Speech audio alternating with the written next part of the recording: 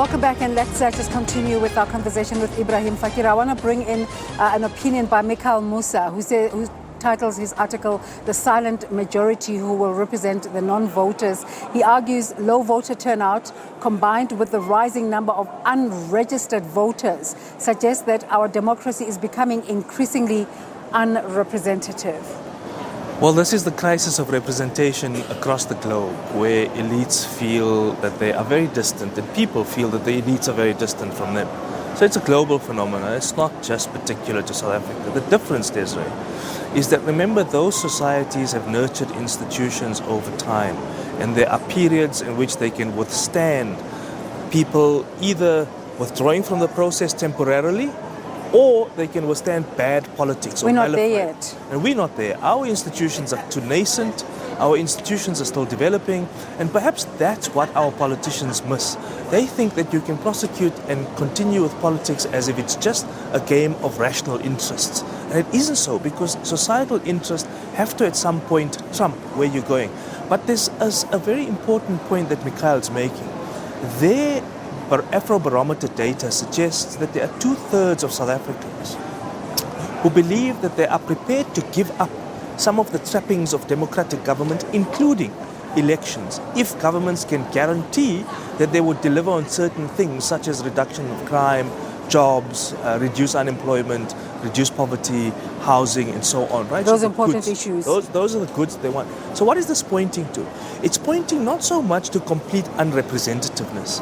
It's pointing to the fact that the representatives who claim to be speaking on our behalf, on the behalf of citizens and voters, are not in fact doing so, and are involved in their own incremental, inward-looking, parochial, incremental advantage.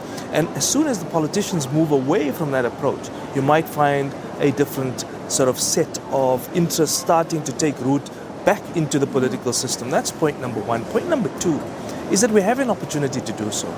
Parliament must not drop the ball on this. The Constitutional Court has ordered that there must be a revision of the electoral system at national level. If you orient the system to give greater power to voters, not to parties, because the PR system advantages the benefit of parties, and you give greater agency to citizens in the design of the system, you might find that there may be renewed interest. So this question of people staying away and it's not apathy, it's apathy driven by a lack of trust and a credibility crisis. The problem with credibility crises is if they are prolonged for too long, they border on a legitimation crisis, and then your ability to exercise public power is extremely limited. So one of the institutions that you're talking about that has taken quite a battering in this process is the IEC. Just this morning, the HSRC released what they call the Voice of the Voter election satisfaction survey, where they say that 68% of voters took less than 15 minutes to reach their voting stations. On average, 77% of voters waited less than 15 minutes in the queue before voting. Overall, 86% of the voters found the voting stations easily accessible. How does the IEC come out of this process? From the HSRC survey, they come out pretty well. And they are one of the public institutions which are trusted. But you know, online conversations, funny enough, Desiree, shows that in the 3 weeks before the election, because of the multiple court cases, the credibility has started to go down. But it's not just the court cases. Over time, political party leaders, for their own interests, were talking down the IEC. Minor problems, minor infractions were elevated to a point of being blown completely out of proportion, right? And saying, oh no, look, they are fiddling with the process. That's not to say that there are legitimate gripes in the management and administration of the process. But overall, those who did vote are saying that the IEC is still credible. We have to worry now about those who didn't vote. What do they think about the IEC?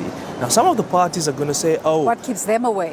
What keeps them away? And it's not the IEC. It's not the lack of voter education. Political parties are going to say, no, the IEC didn't do enough voter education. They didn't prepare enough. They weren't out there in the field. On the contrary, they were. But because people don't trust political institutions to do what they're supposed to, they stayed away. It wasn't the IEC's fault. Quickly, before we wrap up, let's just talk about the results. There's the leaderboard, the African National Congress, the Democratic Alliance, and the Economic Freedom Front still at the top but waning in support. In fact, analysis says the EFF have reached their own ceiling.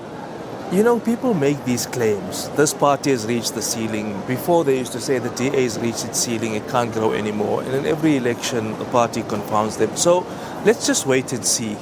The second thing that troubles me a little bit is that we're trying to interpret the aggregate results across the country as if it's one election.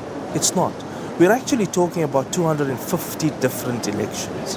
And we've got to, if we were interested in local government as the coalface of representation, of responsiveness and delivery. So for democratic government to work, we must worry about the 250 odd municipalities and how the power dynamics and local dynamics in those places start to matter. What the resource allocation is going to be. Is National Treasury going to release more money for conditional grants and equitable share to be able to develop the infrastructure, take care of indigents, stimulate local economic development? Because there's this obsessive focus.